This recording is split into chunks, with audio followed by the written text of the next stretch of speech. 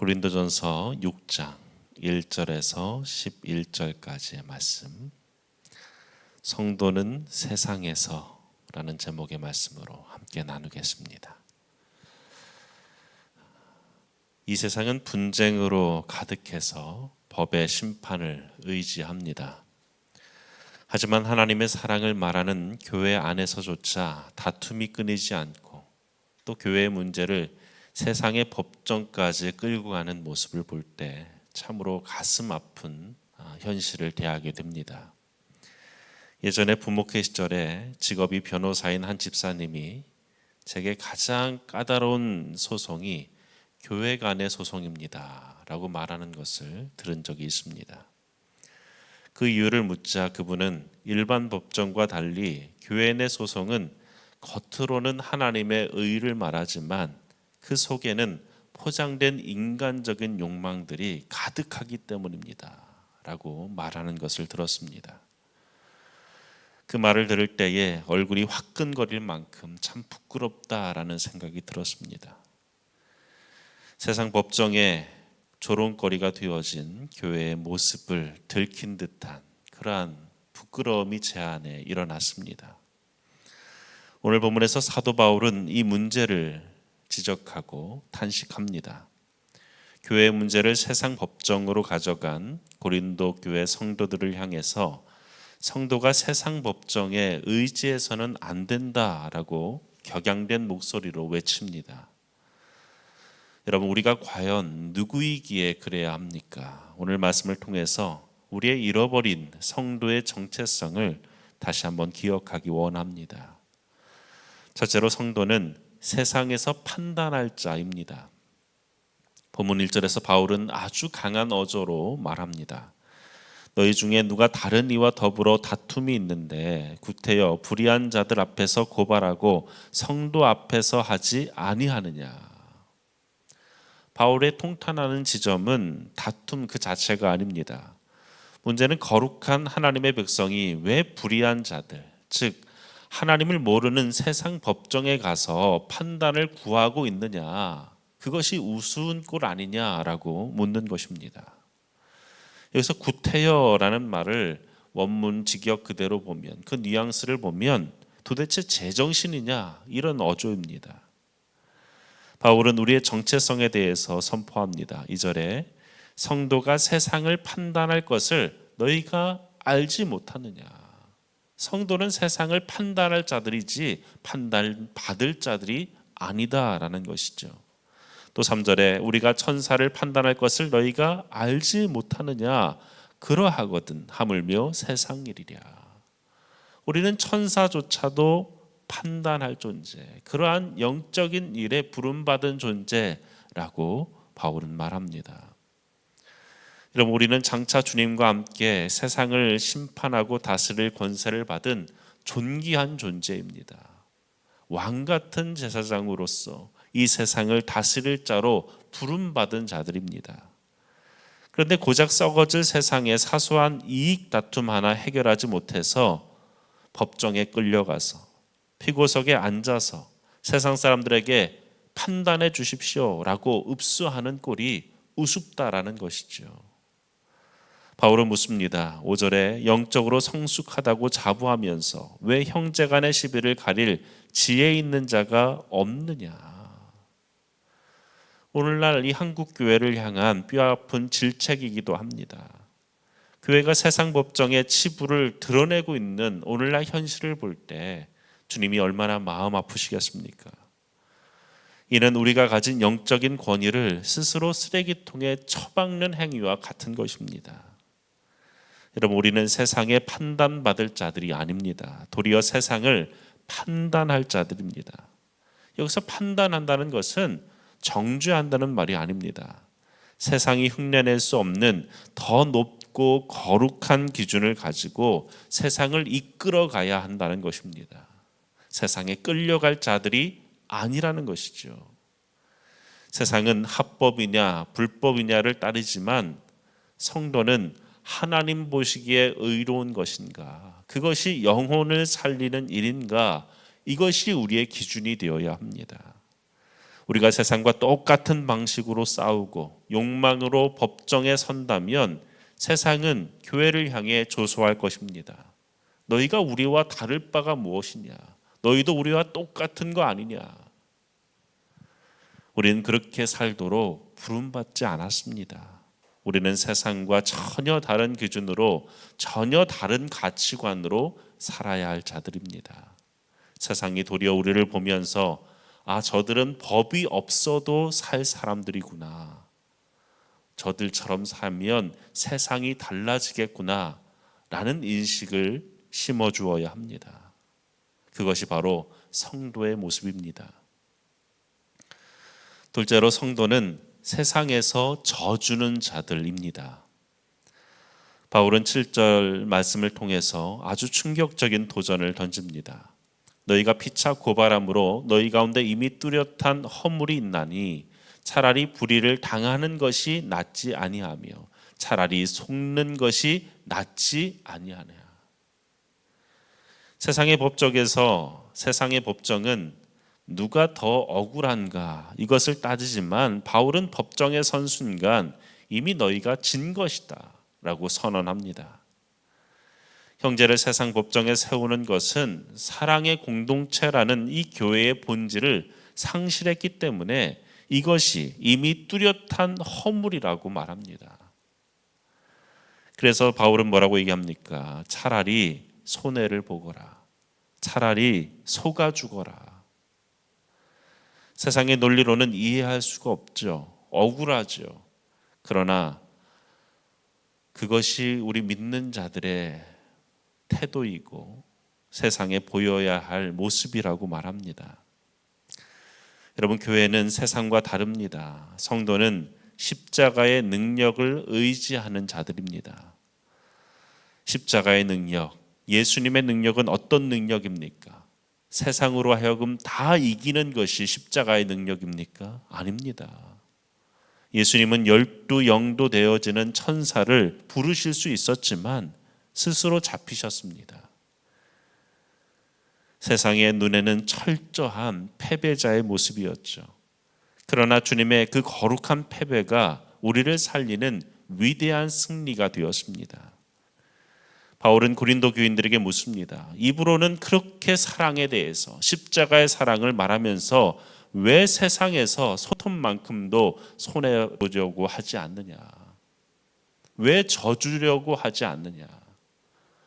아니, 세상뿐만 아니라 왜 교회에서조차 왜 눈금만큼도 손해보려고 하지 않느냐? 왜 져주지 않느냐? 형제를 이기려 하면서 어찌 세상을 이길 수 있겠느냐? 여러분, 진정한 실력은 내 권리를 악착같이 찾는 데 있지 않습니다. 진짜 우리 믿는 자들의 실력은 형제를 위해 기꺼이 손해를 감수할 수 있는 것입니다. 공동체의 덕을 세우기 위해서 억울함을 참고 져주는 것, 그것이 바로 성도의 능력이고 성도의 실력입니다. 세상이 교회를 볼 때 무엇을 보고 감격하겠습니까? 어떤 문제든지 이기려고 닥달하는 모습을 보고 세상이 감동을 받고 주 앞에 돌아오겠습니까? 아닙니다. 교회가 져주는 모습을 볼 때, 또 손해보는 모습을 보여줄 때 세상이 감동하고 주께 돌아옵니다. 우리 주님이 목숨까지 내놓으셨다라고 한다면 나의 알량한 자존심을 내려놓는 것이 무슨 문제가 되겠습니까? 조금 손해보는 것이 무엇이 문제가 되겠습니까? 여러분, 우리가 물질적 이익 때문에, 나의 자존심 때문에 형제를 세상 법정에 세운다면 우리가 어찌 예수님의 제자라고, 하나님의 자녀라고 말할 수 있겠습니까? 여러분, 져주는 것이 이기는 것입니다. 어렸을 적 부모님이 그런 말을 늘 하셨던 것이 기억이 납니다. 우리네 부모님은 그러지 않았습니까? 져주는 게 이기는 거다. 속아주는 사람이 오히려 이기는 사람이다. 이것이 바로 성도가 세상에서 살아가는 십자가의 능력을 의지한 삶의 방식입니다. 마지막으로 성도는 세상의 불의와 구별된 자들입니다. 바울이 차라리 속는 것이 낫다라고 해서 불의를 묵인하거나 죄를 방관하는 것으로 그러한 의미로서 말한 것이 결코 아닙니다. 9절과 10절을 보면 아주 엄중한 경고가 나옵니다. 9절에 불의한 자가 하나님 나라를 유업으로 받지 못할 줄을 알지 못하느냐, 미혹을 받지 말라. 바울은 여러 죄들에 대해서 얘기합니다. 음행, 우상숭배, 간음, 탐색, 남색, 도적질, 이러한 문제들이 교회 안에 온전히 들어와 있었다는 사실, 그것을 바울은 지적하고 있습니다. 여기서 미혹받지 말라라는 말은 스스로 속이지 말라는 것입니다. 어떤 사람들은 이런 생각을 가졌습니다. 나는 침례받았으니까, 나는 방언도 하고 예언도 하니까, 내 영혼은 구원받았으니 육신의 일은 아무 상관이 없다. 육신으로 죄를 짓는 것은 내 영혼에 아무런 영향이 없다. 나는 이미 구원받았으니까. 여러분, 이것이 바로 영지주의라는 이단입니다. 오늘날 교회 안에 이런 생각을 가지고 사는 이들이 있습니다. 나는 구원받았으니까, 내가 사는 삶의 모습은 내 구원에 영향을 미치지 못한다라는 착각 속에 살아가는 이들이 있습니다. 이단적인 사고입니다. 바울은 그러한 삶을 고집하는 자는 하나님 나라를 유업으로 받지 못한다라고 하며 단호히 경고합니다. 우리의 소속과 신분이 바뀌었다라는 사실을 기억하라고 말합니다. 오늘 11절 말씀은 오늘 말씀의 결론이자 복음의 핵심입니다. 너희 중에 이와 같은 자들이 있더니 주 예수 그리스도의 이름과 우리 하나님의 성령 안에서 씻음과 거룩함과 의롭다 하심을 받았느니라. 너희 중에 이와 같은 자들이 있더니, 과거형입니다. 우리도 예전에 그랬었다는 것이죠. 욕심을 부리고 음란하고 남을 속여서라도 내 이익을 챙기려고 했던 것, 그것은 과거의 모습, 예수를 믿기 이전의 사람들의 모습이라는 것입니다. 그러나 이제는 아니어야 합니다. 주 예수 그리스도의 이름과 성령 안에서 우리는 씻겨진 존재, 거룩한 존재가 되었다, 의롭다고 인정받았다라고 그는 선언합니다. 여러분, 이것이 우리의 정체성입니다. 우리는 씻음 받은 존재입니다. 거룩함을 덧입은 존재입니다. 목욕을 깨끗하게 하고 새 옷을 입은 사람이 어떻게 다시 시궁창에 들어가서 뒹굴고 싶어 하겠습니까? 그럴 수는 없는 것이죠. 만약 여전히 세상의 방식대로 형제를 고소하고 탐욕을 부리고 음란 가운데 살아간다면 그것은 자신이 씻음 받았다라는 그 사실을 부정하는 것입니다. 나는 여전히 더러운 자라는 것을 자청하는 것이죠. 여러분, 복음은 우리에게 죄를 지어도 괜찮다, 면죄부를 주는 것이 결코 아닙니다.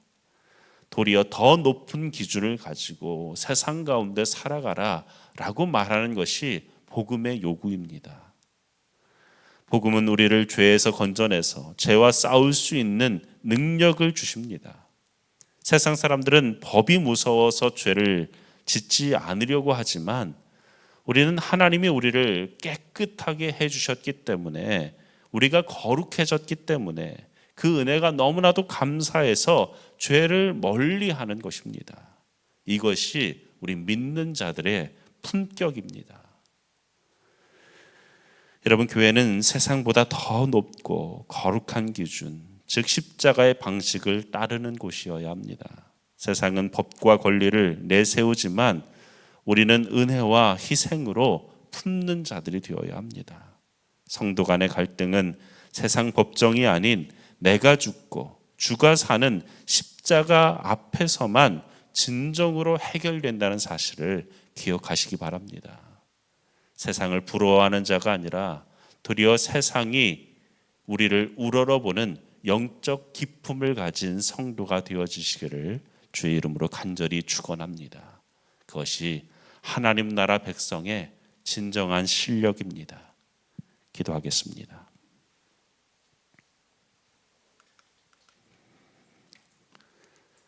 아버지 하나님, 오늘 말씀을 통해 우리의 부끄러운 민낯을 보게 하시니 감사합니다.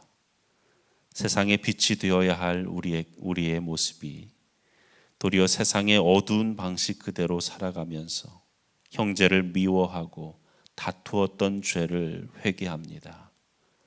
주님, 우리는 세상 법정의 판결보다 하나님의 말씀이 더 두려운 자가 되기 원합니다. 눈앞에 이익을 얻기 위해 형제를 고발하는 어리석음을 범치 않게 하시고, 주님께서 십자가에서 그러하셨듯이 차라리 손해를 보고 져줌으로써 형제를 얻고 교회를 세우는 거룩한 능력을 허락하여 주옵소서. 우리는 예수 그리스도의 이름과 성령 안에서 씻음을 받고 거룩해진 존귀한 자임을 믿습니다. 다시는 과거의 더러운 습관으로 돌아가지 않게 하시고 세상을 판단하여 다스릴 영적 기품을 가지고 당당히 살아가는 주의 백성, 주의 자녀들이 되게 하여 주옵소서. 오늘 한날 이러한 모습 가운데 살기를 원합니다. 예수님의 이름으로 기도합니다.